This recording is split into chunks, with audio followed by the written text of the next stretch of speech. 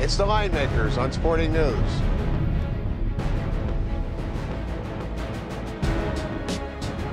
Welcome to the Linemakers on Sporting News. I'm Micah Roberts with Rick Heron. We haven't seen the completed 2013 draft yet. They're still drafting as we speak right now, but we just want to talk about some impressions that we got from some of the initial picks there. Rick, what'd you think early on? Well, I think it was just the most unusual NFL draft that I've ever seen with, 3 offensive tackles in the first 4 picks, 5 offensive linemen in the first 10 picks. Eric Fisher, an offensive tackle from the MAC in Central Michigan, being the first overall pick in the NFL draft. You'll never see that again. Yeah, it's amazing. But, you go through the draft, we had some props we put out last week. Yeah, pretty fair. We were right there on most of them. We had 11.5 over the favorite on the SEC in the first round. SEC, it was 12. We made the running backs a half. I went up to 1.5. No running backs in the first round for the first time since we would have 1963. If we would have been booking that, we would have raked in all the chips. 1963, the last time no running backs. Only 1 quarterback, and it was E.J. Manuel to the Bills at 16, and then 3 wide receivers. And I initially made that 3.5, and it went up to 4.5, and thought there was going to be a run on wide receivers late in the round. Didn't happen. All right, so we haven't seen everybody in the 4th, 5th, 6th round. But the early impressions, who did you think did really well on the first 2 days? Well, Micah, my own personal opinion is the best team in the NFL did the best job, and that's the San Francisco 49ers. Trading up to get Eric Reed in the first round. They get the tight end McDonald in the 2nd or 3rd round from Rice, who's supposed to be a very polished kid. 2 big pass rushers.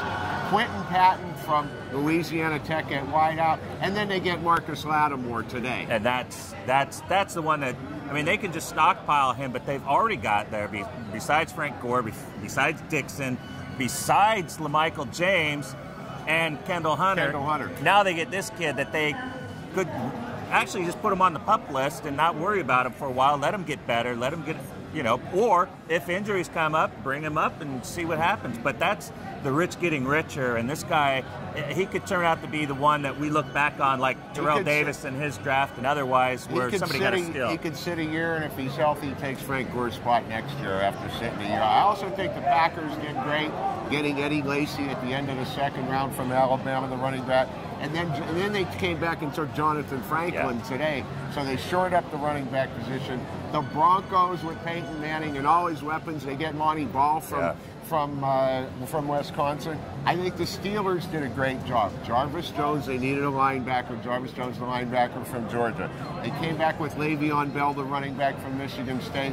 Then Marcus Wheaton, the wide receiver from Oregon State. And today, on day 3 of the draft, signed addressed another need in drafting Landry Jones to back up Roethlisberger. So I think they did well also. I like what the Packers did. That was their one weakness. They haven't been able to get a running game. Part of the blame is obviously with the offensive line, but they haven't had a running back there that can consistently do it. And it looks like they got a couple that can really make Aaron Rodgers' job easier, especially believing in the play-action pass. So we'll see how that works out there. It's important to note that, especially in this year's draft, last year there was a little more importance to the overall rating on teams, but it's important to note that this draft, there wasn't a lot of big improvements that you can make a case for a team being better. Like I saw some slight leans with the Rams with the wide receivers they drafted. Both West Virginia kids. I think that's going to be huge for Sam Bradford, but it doesn't necessarily improve the overall rating and how we feel about the Rams, even though they are improving. So when you look at something like the Packers with the running game, I think that's worth a quarter or a half point their improvement on their rating. I think that's a big deal for them. Ratings don't change much off of the draft. We're well aware of that. And the 49ers are